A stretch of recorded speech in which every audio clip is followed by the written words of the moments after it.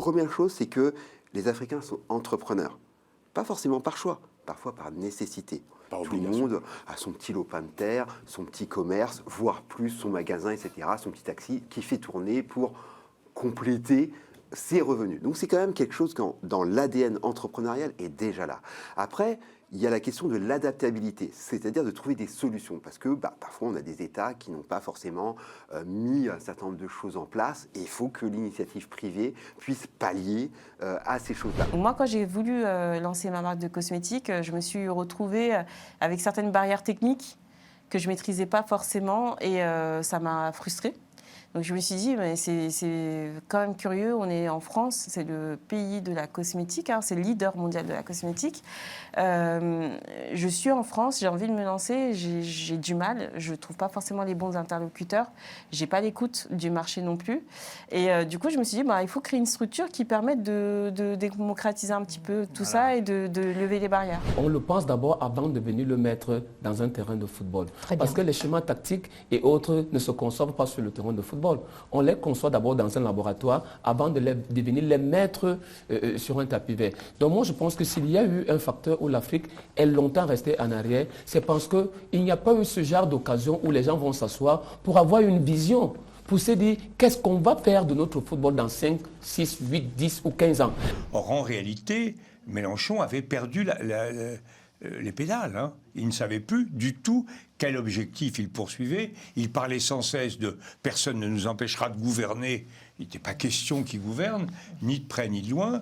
En réalité, ce n'est pas lui qui a gagné le 3e tour. Si quelqu'un a gagné, c'est plutôt Marine Le Pen. C'est simple, vous n'avez qu'à taper pharmacomcop.com et vous avez accès à tout ce que nous faisons. Les statistiques sont là. Je vais prendre juste un seul exemple. Si par exemple vous êtes au Sénégal ou bien si vous êtes au Cameroun, vous allez voir dans notre plateforme qu'il existe déjà en tout cas un catalogue, sinon une base de données de pharmacies. Cela prouve déjà que nous avons un certain nombre de pharmacies qui nous font confiance. Et donc à partir de cela, vous avez une idée de ce que nous sommes en train de déployer sur le territoire. Nous ne sommes plus attaqués pour exercice illégal de la médecine. C'est déjà une bonne chose. Déjà pas mal au niveau stress, mais ça cadre en fait les conditions d'apprentissage, donc de la formation initiale.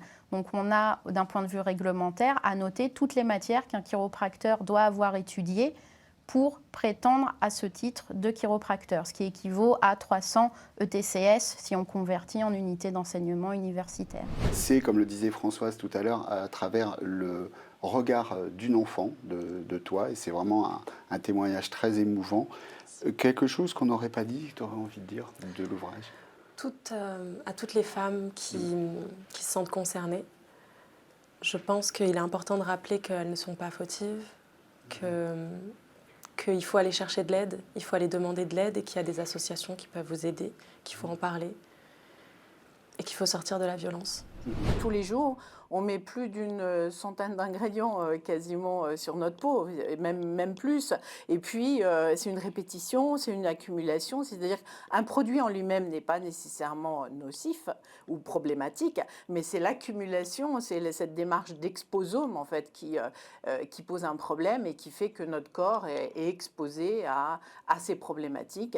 Et plutôt que d'essayer de réduire ces quantités, eh ben nous, notre approche chez Fritsch, ça a été de les supprimer complètement. Non, je ne le compare pas à un clown. Il y a eu un moment très important, justement, ces journées du 24-25 février, où quand Biden lui propose justement une exfiltration, il répond « je n'ai pas besoin d'un taxi, mais de munitions ». C'est vraisemblablement une phrase... Ça, c'est la phrase. Alors, c'est la phrase peut-être qui a changé le visage du conflit, parce que... c'est la légende. C'est la légende.